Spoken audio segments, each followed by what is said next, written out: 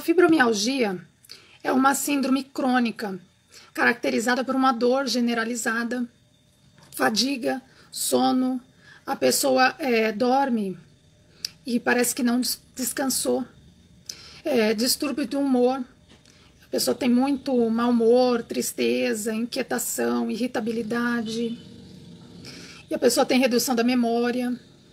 Em alguns casos, a pessoa também apresenta problemas intestinais, que a gente chama de síndrome do intestino irritável. Então, esses são basicamente os sintomas apresentados pelos pacientes com fibromialgia. Segundo a Academia Americana de Reumatologia, a síndrome da fibromialgia é o segundo maior distúrbio reumatológico. Ele perde só para a osteoartrite. E a maioria das pessoas que tem, né, a grande parte, de 85% a 90% das pessoas que têm fibromialgia são mulheres. Então, é um público predominantemente feminino. O diagnóstico clínico é o único possível para a gente fazer o diagnóstico desse paciente, para o reumatologista diagnosticar. Só que é porque não tem exame de sangue, não tem exame de imagem que diagnostique a fibromialgia. O que acontece? A pessoa, até chegar nesse diagnóstico, demora muito, porque ela passa por vários profissionais, que ela tem sintomas, ela tem dores generalizadas.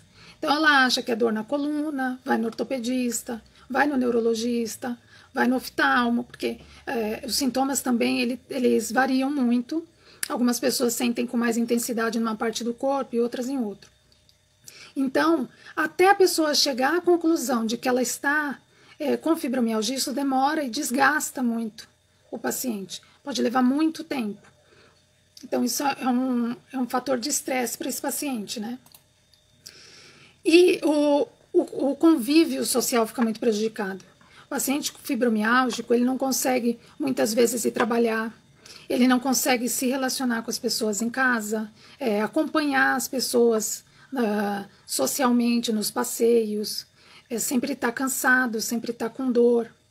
Então, é um paciente que, às vezes, a família considera a pessoa chata, porque a pessoa nunca está a fim de fazer nada.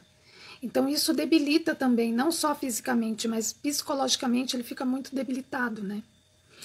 Isso mexe com a autoestima do paciente. E, então, se associa muito a questão emocional com a questão... o que veio primeiro? Se veio a questão emocional, a depressão, a ansiedade, ou se veio a fibromialgia.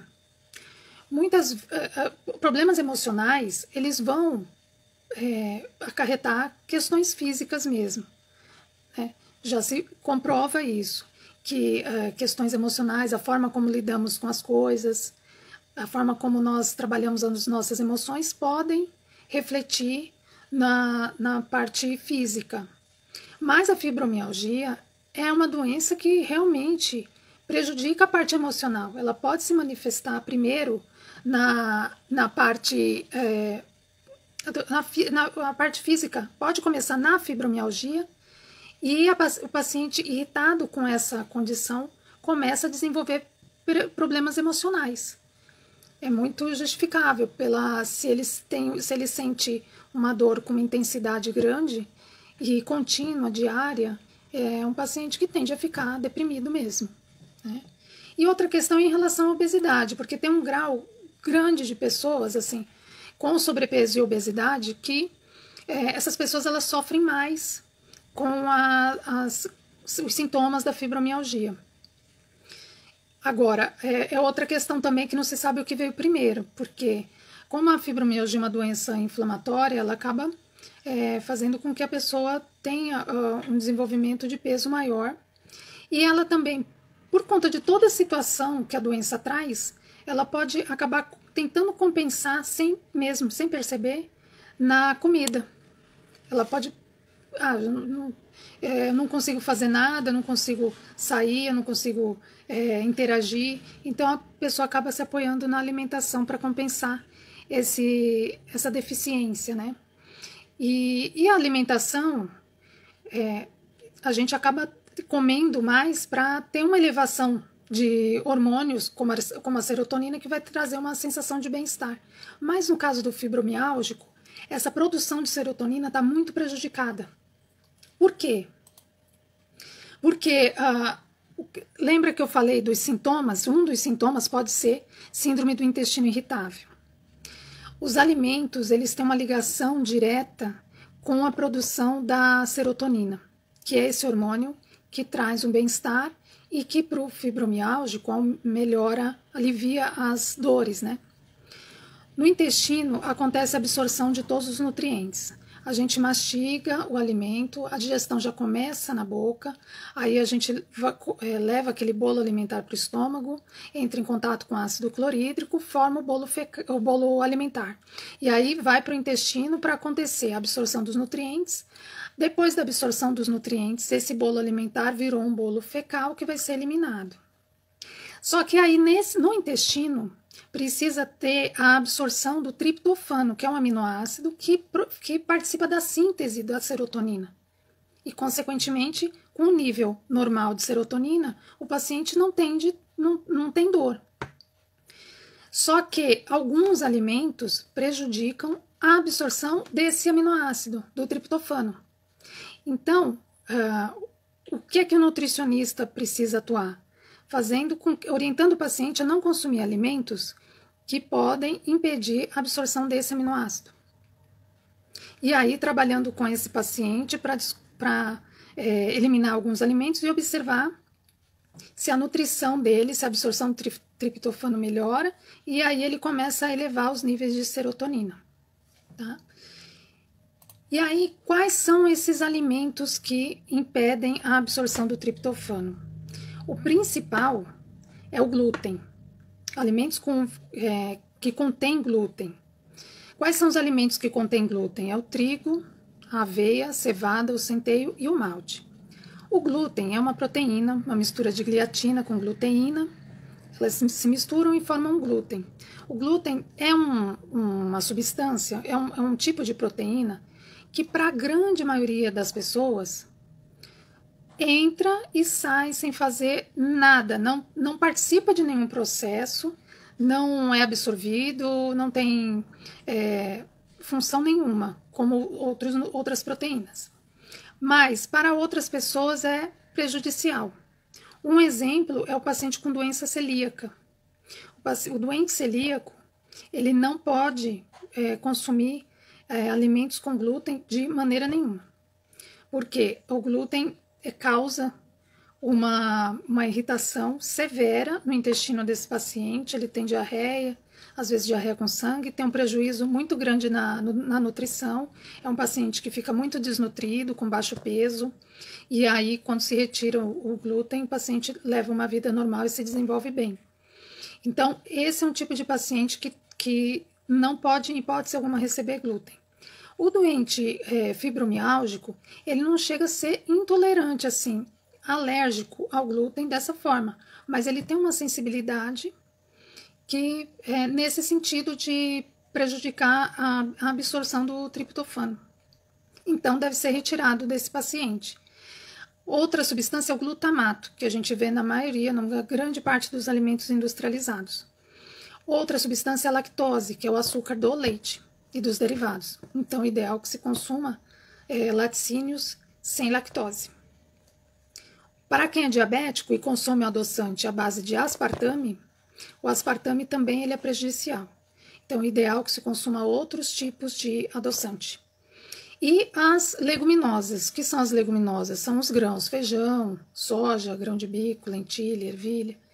Esses alimentos, infelizmente, eles podem prejudicar a absorção do triptofano e as frutas por causa da frutose e do frutano. Aí vocês vão me perguntar, mas então o paciente vai consumir o quê? Tem muitos alimentos que o paciente pode consumir e nem todo paciente tem essa sensibilidade a todos esses nutrientes. Então, o nutricionista precisa fazer um acompanhamento desse paciente para observar se ele tem essa sensibilidade com todos esses tipos de alimentos ou se retirando apenas um ou outro, ele já começa a melhorar. Então, tem que ter esse manejo, né? Com esses alimentos. E aí, o que acontece? O paciente tem que ficar de olho nos rótulos. Então, tudo que ele vai comprar, ele tem que olhar.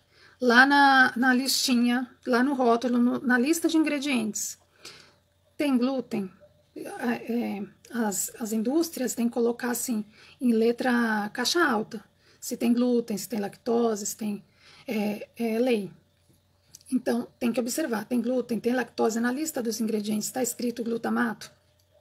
Se for um alimento dietético, ele foi feito com aspartame, essas coisas tem que ficar ligado para não comprar, não consumir, né? E como é que a gente vai fazer para substituir esses alimentos que foram retirados? No caso do glúten, a gente tem uma gama de carboidratos que não tem glúten. Arroz, milho e todos os produtos do milho, fubá, farinha de milho, no caso do arroz, a farinha de arroz também, os tubérculos em geral, batata doce, mandioca, mandioquinha e farinha de batata, macarrão feito com farinha de arroz, macarrão de batata doce, macarrão de milho, dá pra gente substituir tranquilamente. Tudo bem que o glúten, ele dá maciez para a massa, né? Por isso que a maioria dos pães, bolos, é feito com farinha de trigo, farinha de aveia, porque o bolo, o pão fica mais macio. E essas farinhas de outros cereais e dos tubérculos deixa o pão ou o bolo mais sequinho, né? Mas eles substituem. Dá para substituir e ter uma oferta de carboidrato satisfatória com esses alimentos. No caso dos diabéticos que usam aspartame, as pessoas prestam muita atenção na marca do adoçante, né? Mas tem que prestar atenção na base, do que ele é feito. Se ele é feito de aspartame, de sacarina com ciclamato, de estévia, ou sucralose, ou uma mistura. Então tem que observar. No caso do diabético que usa aspartame, ele precisa trocar. Então usar o adoçante natural, né, que é o estévia, ou a sucralose, ou a sacarina com ciclamato. Não olhar a marca, mas olhar do que ele é feito, tá? E aí fazer essa troca. Bom, os alimentos permitidos. Carnes, em geral, ovos, laticínios sem lactose, legumes e verduras, em geral, dos cereais todos, exceto trigo e aveia, centeio, cevada e malte. Então, tomar cuidado também se o paciente toma cerveja. E a cerveja tem esses cereais, então tem que tomar cuidado porque não pode tomar. Mas a cerveja puro malte não tem glúten. Tem, porque o glúten ele está no malte. Então, a cerveja puro malte tem glúten, tá?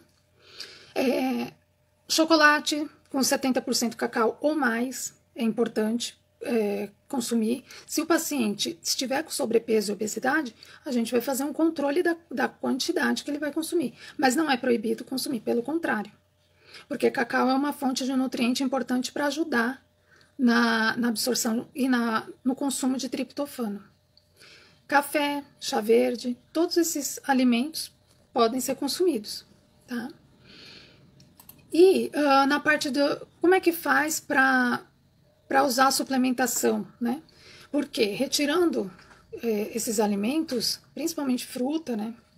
Se o paciente realmente tem uma sensibilidade tão acentuada que até com a fruta ele tem esses sintomas, como é que vai fazer para suplementar? Aí o nutricionista precisa avaliar se realmente o paciente precisa de suplementação e qual a suplementação é mais adequada para repor o que foi retirado com a suspensão desses alimentos. E a gente precisa, assim, no consumo de carne e ovos, a gente vai ter uma suplementação importante dos aminoácidos, que são os componentes das proteínas, do ferro, do zinco, da vitamina B12, que são Esses dois nutrientes e essa vitamina muito importante para o tratamento da fibromialgia. Vitamina D, fundamental, porque a vitamina D ela é uma vitamina importante para melhorar a imunidade, para melhorar o estado de humor do paciente.